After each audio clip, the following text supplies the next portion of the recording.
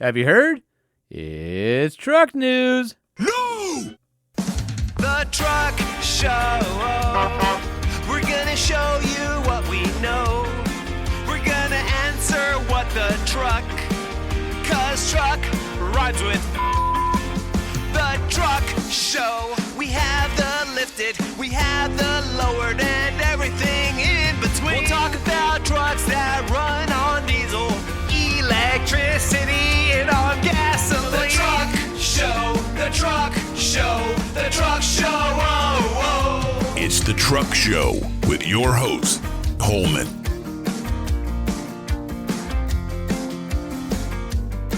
The Truck Show podcast is proudly brought to you in partnership with AMSOIL, the maker of the best synthetics and the same ones we use in our rigs. Did you know AMSOIL is more than just synthetic oil?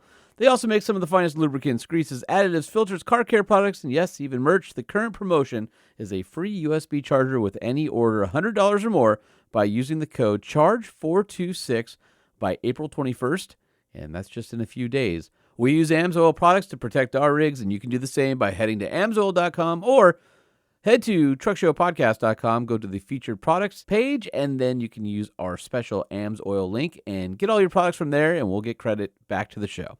Do you need a knife? Then head on over to kershaw.kaiusa.com and explore their line of exceptional pocket knives.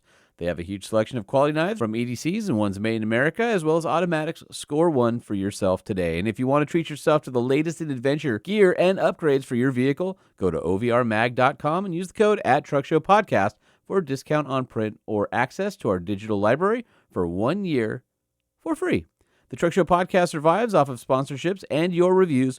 Please help me to keep it free by supporting our sponsors and leaving reviews and comments on Apple Podcasts or Spotify. Have you heard? No. Well, our friends over at Nissan continue to be pumping news out about the Nissan Xterra, and it just seems to be getting better and better every time we hear a new drop. So we've told you about the color yellow, about the V6, the hybrid only as an option, body and frame, the 2-speed T-case, and a goal to start under $40,000 with all the things you need, but nothing you don't. Well, according to news reports, Chairman Nissan of America's Christian Munier has been dropping little tidbits, and the latest little nugget that he put out there was the new Xterra will be designed for 35s and potentially package protected for 37s in the aftermarket. That ain't true! That's not true! So get your facts straight. And if that means that the Xterra is going to be package protected for 35, does that mean the new next generation Frontier will also be package protected for 35s and 37s in the aftermarket? They will be most likely sharing the new Nissan body-on-frame platform, which will spawn some Infiniti and Nissan SUVs as well. So, 37s on a Frontier? Tell me more. The goal is for the Xterra to be a canvas, and they want to make it very appealing and easy for the aftermarket to work with. In fact, Nissan says it will be working proactively with the aftermarket so that it can be modified from day one. And the goal is to bring it to SEMA prior to launch, possibly as soon as this year, to create some aftermarket buzz around it. And I think that's something that will be hugely welcomed. As Munier was quoted as saying in a LinkedIn post, teasing the Xterra silhouette driving across the desert, badass is back. Apparently, the new leadership is taking the restraints off the beloved brand and knows it needs to engage enthusiasts if it wants to regain its place in automotive-dom. My only beef so far? Well, the silhouette that Nissan released on Munier's LinkedIn page doesn't show a roof step-up or kick-up for the second row. And it's hard to say. It could be hidden with the roof rack. And it better be there. I hope it is hidden with the roof rack in the silhouette. You can maybe tell that that's what they're doing. But the thing is, that step up for the second row has always been an Xterra hallmark. And it should remain that way. All right, so moving on to the EPA. The EPA continues to raise eyebrows and endear itself to enthusiasts everywhere. So far, it's advocated to the end of auto start-stop, which we all hate, and has called on manufacturers to stop going into an instant derate or limp mode when DEF is low. But this next piece may just top them all. On March 26th, the EPA sent out a letter stating that urea quality sensors have the highest failure rate of any component in the SCR system. And the EPA got this info from a group called the Engine Manufacturers Association, and their recommendation was to investigate other ways of detecting contaminated or diluted DEF. One way that's apparently endorsed by the EPA and approved as legal is using other sensors, such as NOx sensors, to detect the diluted or contaminated DEF. But it's not a perfect one-to-one, so there's still some, research that needs to be done. And it's important to note the EPA is not saying to get rid of SCR by any means sanctioning deletes, but rather saying it's okay to ditch the problematic sensors, which can cause a whole slew of downstream issues, including your vehicle not running, and detect urea quality and strength through an alternative, effective solution. So I'm for keeping diesels clean. I'm fine with that. And I'm all for making them reliable again and lowering the cost of maintenance, because I think if the system is reliable and people can enjoy their diesels, they're less likely to mess with it. The reason a lot of you mess with it is because it's so problematic and expensive. So we'll see. Hopefully the EPA continues to march in the right direction for the automotive enthusiast. Toyota continues to pretty much blow everybody out of the water. So Q1 of 2026 versus Q1 of 2025. 69,263.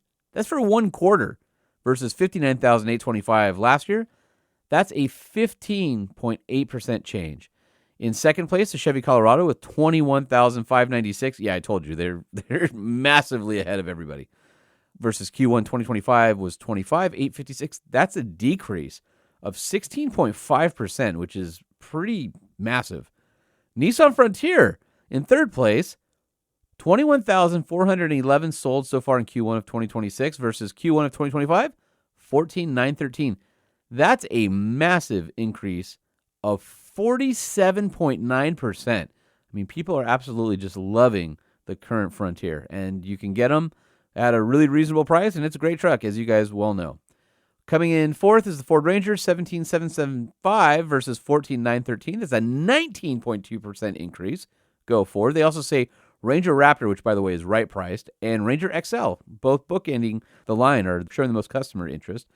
GMC Canyon, 11,027, up from 9,096, which is bucking the trend of the Colorado. That's a 21.2% change. Honda Ridgeline holding steady, 10,980 versus 10,951, 0.3%. Basically as stable as you can be. And Jeep Gladiator taking a rather large hit, 10,087 down from 12,057. That's a minus 16.3%. But there's some big stuff coming for Gladiator, so stay tuned on that one. On the compact pickup trucks, Maverick 33,861 compared with 38,015. Which is interesting because the redesign was doing really well, the mid-cycle refresh, but that's a minus 10.9% change. So I'll be watching those numbers for the rest of the year to see how those recover. Meanwhile, the Hyundai Santa Cruz, 45.44 versus 66.48. That's a minus 32%, but we know that vehicle's going away to be replaced by a new body-on-frame truck. So all of that equates to the midsize market in Q1 was up 10.2%, 162,139, up from 147,179. All right, so I figure while we're on that, we're going to go hang out and take a look at the full-size heavy-duty truck sales for Q1, and the entire industry went down 2.75%, went from 700,899 sold in 26 versus 710 in 2025. GM trucks combined, of course, lead the way with 203,152 versus 206,222. That's a negative 1.5% change for the general. Ford F-Series is the first nameplate, 159,901 versus 193,889. That's a 16% decrease. That's pretty massive for Ford, especially up at the top. No clear understanding of what that number or why they're so low, but if we hear why, we'll fill you in. Chevy Silverado, second place, 127,545, and it was at 127,681, so 0.1%, basically as stable as the Honda. Ram Trucks, hitting it hard with the new redesign, 98,425, which is up from 78,848. That's a 24.8% increase. GMC Sierra 75,607 versus 78,541. That's minus 3.7%. And the Tundra 34,616 versus 35,550. That's minus 2.6%. And if you look at some of the EVs, the F-150 Lightning, which has been discontinued, 2,060 versus 7,187. That's a decrease in 71.3%. Hummer EV still alive, 1,653 versus 3,479. That's minus 52.5% year over year. Oof. I think the tax credits are hurting the EV market a lot. Silverado EV 1406 versus 2383, down 41%. Sierra EV 1288 versus 1249, and that's actually up 3.1%. So there you go on the full-size trucks. Pretty interesting, if you ask me. Of course, this is the combined data for half tons and heavy duties together. All right, next up on our news list today is rumors out of EJS say the manual Gladiator may be returning.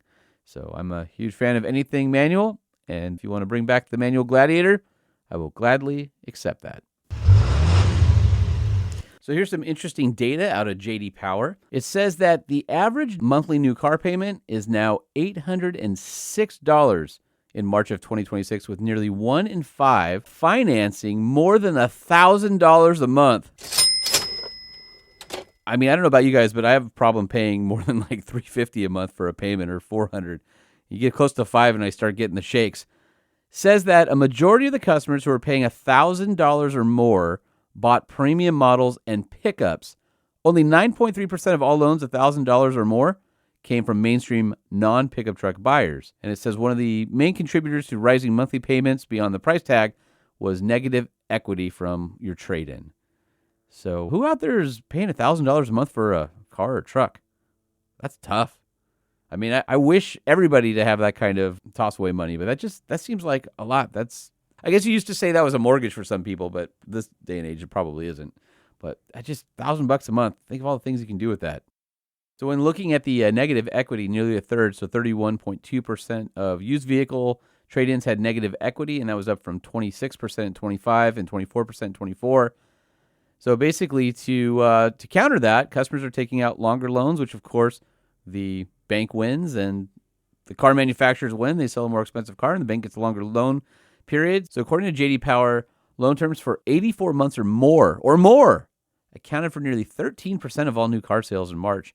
And 34.1% were trucks, despite the trucks only accounting for 18.4% of sales. So 72-month loans are also more popular, and that's about 40.5% of sales. I just think that says vehicles are too expensive. What do you think? truckshowpodcast@gmail.com. For those of you who are Ford fans that are anxiously awaiting the next generation F-150 and Super Duty, those trucks will be arriving as soon as 28 as 29 models, and this could possibly include the low-price battery electric pickup that Ford's been talking about for a while. So stay tuned on that one. And of course, we can't leave our Chevy friends hanging. The 2027 Silverado and GMC Sierra are going to be getting the new 6th generation small block, including a 6.6 liter. And for the first time, those trucks will finally be getting a panoramic roof, if you believe the spy photos, which I do. All right, what do you say we check in and see who's getting recalled this week? Check engine light just went on. Noise under the hood ticks like a bomb. Recall covers metal, glass, leather, and plastic. Door handle pulled off in my hand. Just fantastic. All right, if you've been following GM's 10-speed transmission recall, well, then we've got another chapter for you in that saga. According to our friends over at The Drive, basically GM has been in the process for a while of addressing faulty valve bodies in transmissions that it puts in pretty much everything in 10-speed. And that goes back, I think we talked about recalling this a while back, but it goes back at least 5 years or so. And now GM's issued 2 new guidances on that. So one is an expansion of the campaign that now brings in some 2022 models. And then there's a second smaller one that says, hey, if you have had your transmission control module reprogrammed to prevent rear wheel lockup, well, GM service techs put the wrong one in your vehicle, defeating the whole purpose of the fix. So the expansion, GM added 2022 Chevy Tahoe and Suburban, GMC Yukon, Yukon XL, Cadillac Escalade, Escalade ESV, but only if they came with the quote-unquote electronic transmission range select, or ETRS. Because ETRS wasn't standard on all models sold with the 10-speed, it was only used on the higher end models and some 4x4s that offer it. It's not a whole lot of vehicles, but it is 43,732 new ones that are being brought into the original recall campaign. And then the smaller one that we talked about where you might have the wrong transmission control module software, well, that only affects 1,055 trucks. So anyway, that software update doesn't fix the inherent issue with the valve body, and it doesn't prevent it from further deteriorating any performance, but it does prevent the transmission from commanding random unsafe shifts at speed. So, that's a tough one. So anyway, I won't go into the recall numbers on this one just because it affects so many vehicles. If you're worried about it and you haven't received anything in the mail yet, you can call your local GM dealer, run your VIN by there, and they'll let you know if you're roped into that or not. Oh, man, that's tough. Sorry if you bought one of those trucks and you're dealing with V8s going blammy or your transmission's downshifting uncommanded. That's a tough one. Well, sorry to be the bearer of bad news for you guys, but we here at the Truck Show Podcast like to keep you in the know. So that's going to do it for this episode of the Truck Show Podcast. Don't forget to follow us on social, at Truck Show Podcast, at Sean P. Holman, or you can send us an email with your thoughts, and we'll include it in the show, truckshowpodcast@gmail.com. Or you can be part of the show by leaving us a voicemail on the 5-star hotline, 657-205-6105. Of course, we have to thank our friends over at AMSOIL, Kershaw Knives, and OVR Magazine. Please don't forget, if you are buying AMSOIL products, go to truckshowpodcast.com, go to the featured products page, scroll down to AMSOIL. The link that is on our website, that is the link that you can use to give the Truck Show Podcast credit for your sale. So really appreciate that. And don't forget to leave us a 5-star review on Apple and Spotify. It helps me keep the Truck Show Podcast free and our sponsors happy. That'll do it for this episode of the Truck Show Podcast. Have you heard? Looking forward to doing it again real soon. The Truck Show Podcast is a production of Truck Famous LLC. This podcast was created by Sean Holman and Jay Tillis, hosted by Sean Holman, and uses production elements by DJ Omar Khan and Jay Tillis. If you like what you've heard, please open your Apple Podcast or Spotify app and leave us a 5-star review. And if you're a fan, there's no better way to support the show than by sharing it and patronizing our sponsors. Some vehicles may have been harmed during the making of this podcast.